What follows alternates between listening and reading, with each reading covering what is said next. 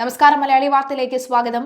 അന്യന്റെ ഒരു പ്രശ്നത്തിൽ കയറി, പ്രത്യേകിച്ചും കുടുംബ പ്രശ്നങ്ങൾ കയറി ഇടപെടാനും ആ കുടുംബ പ്രശ്നങ്ങൾ ഒരു വഴിയാക്കാനും ഒക്കെ തന്നെ വലിയ വ്യഗ്രത കൊള്ളുന്ന ചില പാർട്ടി നേതാക്കന്മാർ നമ്മൾക്ക് അറിയാം. അവർ മറ്റ് കൂടുതൽ കാര്യങ്ങളെ കുറിച്ച് ഒന്നും തന്നെ ചിന്തിക്കില്ല.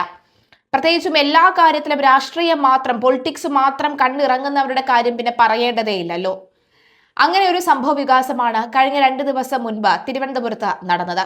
പ്രത്യേകിച്ച് ഒരു പരിപാടിയുമില്ലാതെ പാർട്ടി ഓഫീസിൽ ചൊറിയും കുത്തിയിരുന്ന പാർട്ടി സെക്രട്ടറിയും മന്ത്രിമാരും ഒക്കെ തന്നെ ഓടിക്കൂട്ടി ഒരു വിവാഹം നടത്തി കൊടുത്തു. ആ വിവാഹം നടത്തിയതിന് ശേഷം ആ കുട്ടിയുടെ പിതാവിന്റെ പൊട്ടിക്കരച്ചിൽ, ആ പിതാവിന്റെ വേദന, ആ പിതാവിന്റെ ചോദ്യത്തിനുള്ള മറുപടി നിങ്ങളുടെ കയ്യിൽ ഉണ്ടോ എന്നാണ് പ്രധാന ചോദ്യം. പറഞ്ഞു വരുന്നത് മൊണാലിസയുടെ വിവാഹം തന്നെയാണ്. മൊണാലിസയുടെ വിവാഹം കേട്ട പാതി കേൾക്കാതെ പാതി പിടിച്ചു നിർത്തി കെട്ടിച്ചു വിട്ടങ്ങ് കൊടുത്തു. പിന്നെ ഇനി സംഭവിക്കാൻ പോകുന്നത് എന്താണെന്നോ ഏതാണെന്നോ ഒന്നും അറിയുന്നില്ല. മൊണാലിസയുടെ പിതാവിന്റെ ഒരു ചോദ്യമുണ്ട്. ആ ചോദ്യത്തിന് MV ഗോവിന്ദനും V ശിവൻകുട്ടിക്കും ഒക്കെ തന്നെ മറുപടി ഉണ്ടോ എന്നതാണ് ചോദ്യം.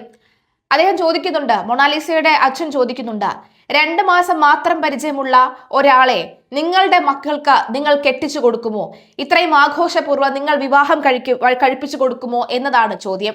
ആ അച്ഛൻ ഹൃദയം പൊട്ടി ചോദിക്കുന്ന ചോദ്യത്തിന് മറുപടി ആർക്കെങ്കിലും ഉണ്ടോ? അവർ എടുത്തു പറയുന്നുണ്ട്, കേരളത്തിലേക്ക് വെറുതെ വന്നതാണ്, കേരളത്തിലേക്ക് കറങ്ങാനായി വന്നതാണ്. അപ്പോൾ കേരളത്തിലെ ജനങ്ങളെയൊക്കെ തന്നെ ഇഷ്ടപ്പെട്ടു, ക്ഷേത്രങ്ങളൊക്കെ ഇഷ്ടപ്പെട്ടു, അപ്പോൾ വിവാഹം കഴിക്കാമെന്ന് തീരുമാനിച്ചു എന്നാണ് പറയുന്നത്.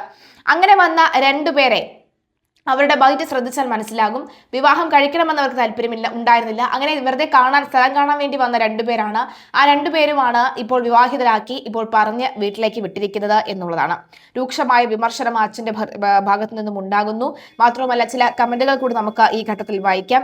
കമന്റ് ബോക്സിൽ വന്ന ഇവർക്ക് വിവാഹ മംഗള ആശംസകൾ നേരുന്നവരോട്, നിങ്ങളെ മക്കളെ കെട്ടിച്ചു കൊടുക്കുമോ? മറ്റുള്ളവരുടെ കാര്യത്തിൽ തുളയിടാൻ മലയാളികൾ പണ്ടേ മിടുക്കര. ഇതൊന്നും വല്ല രാഷ്ട്രീയ നേതാവിന്റെയോ പോലീസ് ഏമാന്റെയോ മോളെ ആണെങ്കിലോ ഇത്തരത്തിലുള്ള നീക്കത്തിൽ കല്യാണം കഴിച്ചു കൊടുക്കുമോ എന്നാണ് ചോദിക്കുന്നത്. ഇവിടെ മുൻപരിചയവും ഇല്ലാത്ത ഒരുവൻ വന്ന ചായയും കുടിച്ച് പെണ്ണും കണ്ട് കെട്ടിക്കൊണ്ടു പോകുന്നു. പിന്നീട് ശ്രീധരത്തിന്റെ പേരിൽ കൊല്ലാക്കൊല ചെയ്യുന്നു. ഏതായാലും കണക്ക. പിതാവിന്റെ ദുഃഖം അദ്ദേഹത്തിന് മാത്രം അറിയാം എന്ന് പറയുന്നു. സോഷ്യൽ മീഡിയയിൽ ഈ വിവാഹം ആഘോഷിക്കുന്നവരോടും മകളുടെ വിവാഹ വീഡിയോകൾക്ക് താഴെ അഭിനന്ദനങ്ങൾ അറിയിക്കുന്നവരോടും അദ്ദേഹത്തിന് പറയാനുള്ളത് ഒന്നേ ഉള്ളൂ, ഇത് വേറൊരു ആഘോഷമല്ല, മറിച്ച് ഒരു കുടുംബം തന്നെ തകർന്ന കുടുംബത്തിന്റെ തന്നെ സ്വപ്നങ്ങൾ തകർത്ത ആഘോഷമാണ്.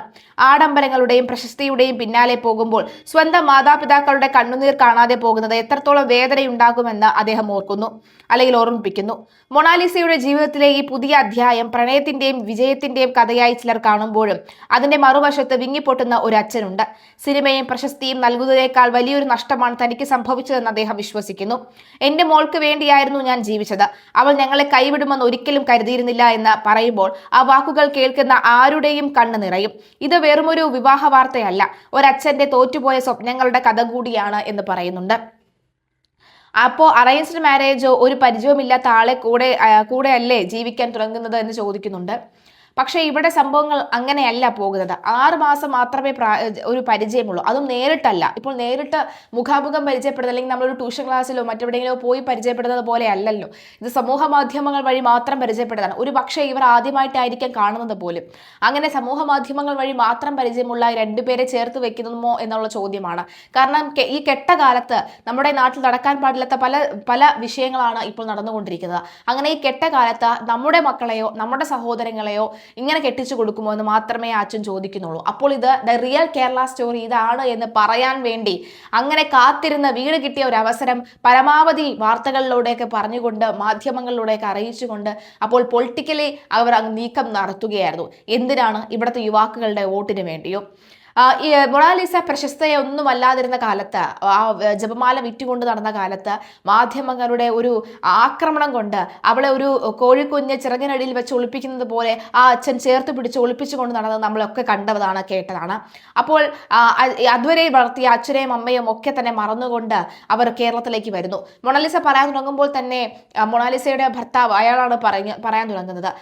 ഹിന്ദു ആണോ മുസ്ലിം ആണോ എന്നൊന്നുമല്ല ഇവിടുത്തെ പ്രധാന വിഷയം, മറിച്ച് അത് ഒരു മുൻപരിചയവുമില്ലാതെ 18 വയസ്സ് മാത്രം പ്രായമുള്ള ഒരു കുട്ടി ഇറങ്ങിപ്പോകുന്ന ഒരു സാഹചര്യം ഉണ്ടാകുമ്പോൾ ഇനി ഭാവിയിൽ വരാൻ പോകുന്നത് എന്തൊക്കെയാണ് എന്ന് ഓർത്തുള്ള ഭയമാണ്. കാരണം കേരളത്തിന്റെ ഇന്ത്യയുടെ പല കോണിൽ പലതരത്തിലുള്ള വാർത്തകൾ സമാനമായ സംഭവ വികാസങ്ങൾ ഇറങ്ങിപ്പോയതിനു ശേഷം നടക്കുന്നുണ്ട്. ഇറങ്ങിപ്പോയതിനു ശേഷം മാത്രമല്ല, കമന്റുകൾ സൂചിപ്പിച്ചതുപോലെ അച്ഛനും അമ്മയും എല്ലാവരും ചേർത്ത് അറേഞ്ച് മാരേജ് വഴി നടത്തുന്ന വിവാഹ ബന്ധത്തിന്റെയും ഒടുവിലും ഇങ്ങനെയുള്ള സംഭവങ്ങൾ നടന്നിട്ടുള്ള വിഷയങ്ങൾ നമ്മുടെ ചുറ്റുമുണ്ട്. പക്ഷെ അപ്പോഴും എന്നിട്ടും അതാണ് ഇവിടെ പറയേണ്ടത്. അച്ഛനും അമ്മയും കാർന്നോമാരും എല്ലാം ചേർന്ന് നടത്തുമ്പോഴും ഇവിടെ ഉണ്ടാകുന്ന ഉത്തരം എന്ന് പറയുന്ന ഒരുപക്ഷെ ദുരന്തമാണ്. അങ്ങനെ ഇരിക്കുമ്പോഴാണ് ഈ കെട്ടകാലത്ത് ഇങ്ങനെ ഒരു ബുദ്ധിമോശം കാണിക്കുന്നത് എന്നാണ് പറയുന്നത്. എന്തായാലും ആ അച്ഛന്റെ ചോദ്യത്തിന് കഴമ്പുണ്ട്. ആ ചോദ്യത്തിന് ഉത്തരം കൊടുക്കാൻ ഗോവിന്ദ മാഷിനും വി ശിവൻകുട്ടിക്കും അതുപോലെ തന്നെ റഹീമിനും ഒക്കെ കഴിയുമോ എന്നതാണ് ചോദ്യം.